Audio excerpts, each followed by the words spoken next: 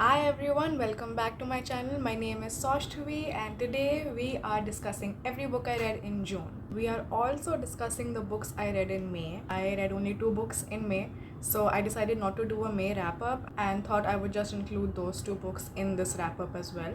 So we'll start off with the books I read in May and move on to the books I read in June. The first of the only 2 books I read in May was The Cousins by Karen M. McManus. I don't know if you can see it here. Here it is. It's like shining a lot. If you've been watching my videos for a while, you've already heard me talk about this author. I really enjoy her books. She writes young adult mysteries. So I decided to pick this up in May and it was pretty average, to be honest. It's about these 3 kids. They are cousins, but they haven't really known each other all their life. Their families have been estranged because their grandmother back in the day kicked out all of her kids for some odd reason. No one knows why. And the grandmother is super rich. She owns her own private island. Many years later, these 3 cousins are now in their teenage years and she has invited them to this island to meet them and get to know them. Except things aren't as straightforward as just that. So we're basically following these 3 people, these cousins, on this island, trying to find out what really happened back in the day, why the grandmother cut them off and completely estranged their families, and just finding out the deeper mystery behind their crooked family, honestly. As a synopsis, it sounds great. It gives you really like summer island vibes. You have your couple of teenagers on an adventure, finding out this mystery. That's the vibe it's supposed to give. But as a book, it was pretty average. Apart from One of Us is Lying, that trilogy, the one other book I read by this author was also pretty okay on the mystery side. But what I've noticed about her through all her books is that she writes her characters really well. She gives a good setting, her characters are super likable and they seem real, which is why I was a little disappointed to find that I wasn't really attached to any of the characters in this one. I wasn't getting pulled towards them, I didn't really care to get to know them, to be honest, and there was a certain plot twist between 2 of the characters that just gave me the ick, and I wish the book did not include that. Usually I found with this author is that even if the mystery is on the dull end, you can still enjoy the book because the characters are likable and their sleuthing is good. However, over here, I feel like the sleuthing, them trying to figure out what really happened, all happened by accident. They weren't actively looking for anything. And also, like I said, their personalities were just alright. Couple that with the fact that the mystery wasn't very engaging, the plot twist seemed cheap, and the ending didn't feel like it was wrapped up well enough. I feel like this book was just okay, which is a shame because I had high expectations for this book. The synopsis had sounded really interesting to me, but it is what it is. I did rate this a 2.75 out of 5 stars. So that's just over 50% of a rating. I'm hoping all her other books are better than this one. I have like 2 more books by her to finish, and there's also a new one that's releasing in September. So I hope those are better.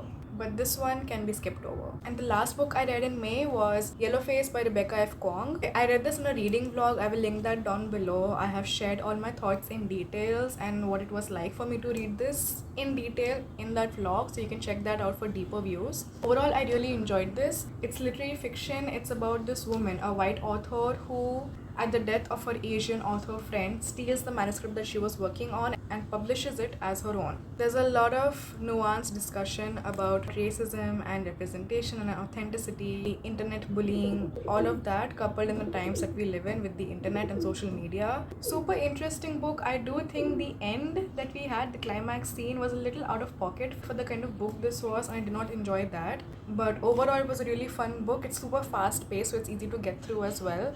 I gave this a 4 out of 5 stars, I think, or 4.5 out of 5 stars. It's really good. It's just I wish the way it ended would have been better or different, completely different, to be honest. But yeah, it's a good book. I would recommend. Coming to the books I read in June, the first book I read was The Song of Achilles by Madeline Miller. Now this I've heard a lot about. I keep hearing people say that it's like the saddest book they've ever read. And I'm gonna be honest, when I initially started reading it, I couldn't figure out why people would think this is a sad book. But get to the end and you'll find out why. This is a Greek mythology retelling and it reads as general fiction. It's very interesting. It's about Achilles and Patroclus and their love story, and it's general fiction in the way that you're just reading about their entire life, all the way from when Patroclus was born till the time of their deaths. It's very well written. I must say the first half of it is a lot slower compared to the second half, but damn, once you get into that second half, it is so worth it. The way this book started wrapping up in the second half, the way things were going just was so interesting, and it got me back in the feeling of wanting to read more about Greek mythology. I used to be super enthusiastic about it as a kid and lost touch with it as I grew up, but now I feel like I'm back in that era and I want to read more Greek mythology retellings. So I'm definitely going to be checking out the other book by this author and some more other books that are on my radar. I would honestly highly recommend. It is pretty emotional in the end, but it is so worth it. It's a beautiful love story. It's a beautiful narrative. And personally, there was so much I was seeing in this book about where our misogynistic systems stem from and ideologies stem from. Like, I feel like they're very subtly highlighted in this book. It was a really good read. I don't have much to say about the book per se, but I can say a lot about how I felt. It really made me feel so deeply, especially after the last couple of months where I was in a very slumpy mood. I was not able to pick up a lot of books and I was struggling to finish books. I feel like this came at a very good time for me and I'm super glad I read it. There are some really sweet lines in this book. I'm just gonna read them, no spoilers, don't worry. It is right to seek peace for the dead. You and I both know there is no peace for those who live after. This one, I felt it in my bones, I'm gonna be honest. Another one is, nations were the most foolish of mortal inventions. No man is worth more than another, wherever he is from. Yes. Another gem, if every soldier killed only those who'd personally offended him, Pelides, we'd have no wars at all. If I'm pronouncing names wrong, please don't come for me. I struggle. I know that. I'm aware. Even if you know nothing about Greek mythologies, you can still get into this. It's not hard to understand. It is a little slow. If you're picking it up, do know that initially you do feel like, where is the story going? Because there's no particular aim to the story or a goal that we're working towards. We're just reading their life story. But yeah, I think this is like a 4.5 out of 5 stars for me. I loved it. Next is a book that I started reading. I got like about halfway through it, honestly, and then I couldn't continue it. I had to DNF because I was not enjoying it, and that is Archer's Voice by Mia Sheridan. Now this, honestly, if I had picked this up at 16, I think I would have loved this book. It would have been the greatest book for me, but at 24, I don't think it's doing it for me. I'm gonna read the back of this to you and tell me this is not a summary you've read on Wattpad. I wanted to lose myself in the small town of Peely in Maine, to forget everything I had left behind, the sound of rain, the blood, the coldness of a gun against my skin. For 6 months, each breath has been a reminder that I survived, and my dad didn't. I'm almost safe again, but the moment I meet Archer Hale, my entire world tilts on its axis and never rights itself again. Until I trespass into his strange, silent, and isolated world, Archer communicates with no one. Yet in his whiskey-colored eyes, something intangible happens between us. There's so much more to him than just his beauty, his presence, or the way his hands communicate with me, on me. But this town is mired in secrets and betrayals, and Archer is the explosive center of it all. So much passion and so much hurt, but it's in Archer's silence that we might just find what we need to heal and to live. That's a Wattpad summary. It is. I swear I could log on to Wattpad right now and find at least 5 books with this exact summary. Which is not a bad thing. It's just that once I started reading it, I was just not enjoying it. I was not connecting with it at all. The characters honestly lack a bit of personality for me personally. And like, I feel like very early on, a sex scene came in, which I am not against. I've read books that have sex scenes early on in the book and I've enjoyed them. But somehow for this, it was just not doing it for me. It was making me uncomfortable, and I don't know. I honestly cannot pinpoint what it was exactly, but I was just not enjoying myself. The characters, the story, it was just not giving. I truly, like, every time I was opening this book, I kept feeling like I was reading a Wattpad book, because the plot is exactly like some Wattpad books I've read. I'm not kidding. So I just couldn't get into it. The writing isn't bad though. There are some really good quotes in it, and this was gifted to me by a friend. So she's underlined her favorite quotes. So I did go through the entire book to see all her quotes, and there are some really good ones in there. I just couldn't get myself to finish it, honestly. And I feel really bad about that, because I did want to enjoy it. I had high hopes for it, but just wasn't for me. So yeah, I DNF'd this one. The next book I read in June was Murder in the Family by Kara Hunter. This is a book that's super cool. I don't have it on me right now, but it's very interestingly written. It's written all through mixed media. It's about this guy whose name is Guy, and his stepdad was murdered like 20 years ago, and it was an unsolved case. The police and anyone else in these 20 years has never been able to figure out who killed him. Guy launches this reality show of sorts where he gets 6 people, a team of psychologists and forensic scientists and police investigators, lawyers, all these different people, brings this team together and hosts and starts making this reality show where they start investigating this murder and start to see if they can find out who killed his stepdad. And the book is written through the script of this show. So the entire book is written through the dialogue that would happen in the script, including any of the pictures or reports or newspaper clippings that are included in the scenes. It reads like a script, which was super interesting. The concept, super interesting. Synopsis of the book also challenges the reader to try to figure out the mystery before the people in the book do. So I was like, yep, I'm up for it, let's go. This book is over 450 pages long and I figured out the twist at page 74. And I'm not saying it's a super obvious twist. It's just that I think it's a me thing. I read far too much mystery, and I was like, the most unhinged thing I can think of is this. And as we went through the book, there were so many clues pertaining to it, and the twist ended up being exactly what I thought it would be. Here's the thing: the main plot line, once they start investigating, is a certain thing I cannot talk about because it's a spoiler.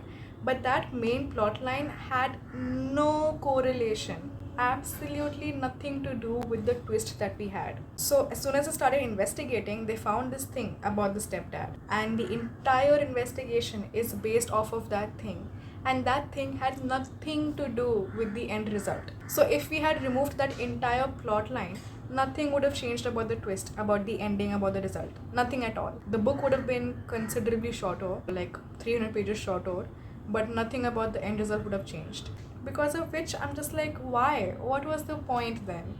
We went through all of that for it to not even matter. So that was a little disappointing. There's also a plot hole in the story, which is so annoying. It's the most basic thing someone would cover in a murder mystery book, especially given how detailed this book is. Like, this book has gone into complete details, absolutely very, very, very detailed investigation. So given the fact that the investigation was so large and thorough, the fact that she missed this one important, very basic detail really pissed me off. And because of those two things, I think my rating is far lower than it would have been. Like, it could have been like a solid 5 on 5, you know, like it would have been a good book. It's a good twist, it's a good story, it's written very, very well, but those two things are too big of a factor, you know, to let go of, which is why I think the book is like a 3 out of 5 for me. I would recommend it if you want to have fun with the mystery. Go for it. It is fun to read. It's just those two things kind of disappointing. The next book I read in June was Consider Me by Becca Mack. Well, I say the word read loosely. I DNF'd it. Consider Me is another hockey romance, and I was super excited for it. I think after all these mysteries, I was really in the mood for something fun and chill. So I started reading Consider Me, thought I would have a good time, and I did not. It's not a bad book per se. It's a very classic and overdone trope. It's the guy is like a bad boy, fuck boy, who doesn't give a shit about relationships, and then he sees this girl, falls in love with her, and he's changing himself. That kind of a plot. The very beginning of the book was giving me an ick, honestly, because every time we were in his perspective, it was dual POV. Every time we were in his mind, the way he would talk about women was just pissing me off, honestly. Like, I really feel like I have a bone to pick with romance authors. Like, you can show that a boy is fuckboy without making him seem like an asshole. The way he talks about women in the first few chapters is so degrading, honestly. I'm just like, I don't see how you can come back from this. I'm not rooting for you here, you know. Another bone I have to pick with authors is, why do you have to mention about how petite this girl is in every chapter? I kid you not, every chapter had at least one mention about how small she is, either by herself or the people around her. Like, why is that your only personality trait? I don't understand. We get it, she's small. If I had a penny for every time the MMC looked at her and said, oh my god, her milky, creamy skin, I'd be a rich bitch. No joke. Like, the number of times I was like, okay, maybe the first description, okay, the second time, but the amount of times he keeps talking about how milky and creamy her skin is, it was giving me the ick. I was just not able to take it. However, I kept reading just in case, you know, the book turned around. And first of all, I was reading this online. The book is about 600 pages online. Okay, I got to over 250 pages and I was like, that's it, cannot do anymore. It was just not hitting. First of all, these factors were just something that were on my mind. I was not able to ignore and move past. but also their romance felt really stretched out. There were moments when I was like, oh, this is cute and I can see them being together, and I think I like the banter here. There were moments like that, but they weren't strong enough to keep me engaged and keep me wanting to read. So yeah, eventually I just had to stop pushing myself, and I was like, it's okay, I'll just keep the book down. I don't have to read this DNF. However, I am interested in reading the second book in the series because the girl in the second book is a dancer, and I am a dancer by profession. I'm a professional dancer, so I'm always actively looking for books where any of the characters is a dancer as well. And one thing I will say though is that this author, her writing isn't bad. So if I feel like if she does her characters and her plot justice and she writes them well, she could write a good book, which is why I will give the second book a chance, because I want to see what that's about. It's another hockey romance, but the girl is a dancer, so I am curious about it. Eventually, I hope to read that book as well, but if that doesn't work for me either, I'm gonna drop this author altogether. The last two books I read this month were rereads. I reread Powerless to prepare for the launch of Reckless. I'm not gonna talk about what Powerless is about. I feel like I talk about it in every video, so I'll just link a video where you can check out what it's about and what I thought of it.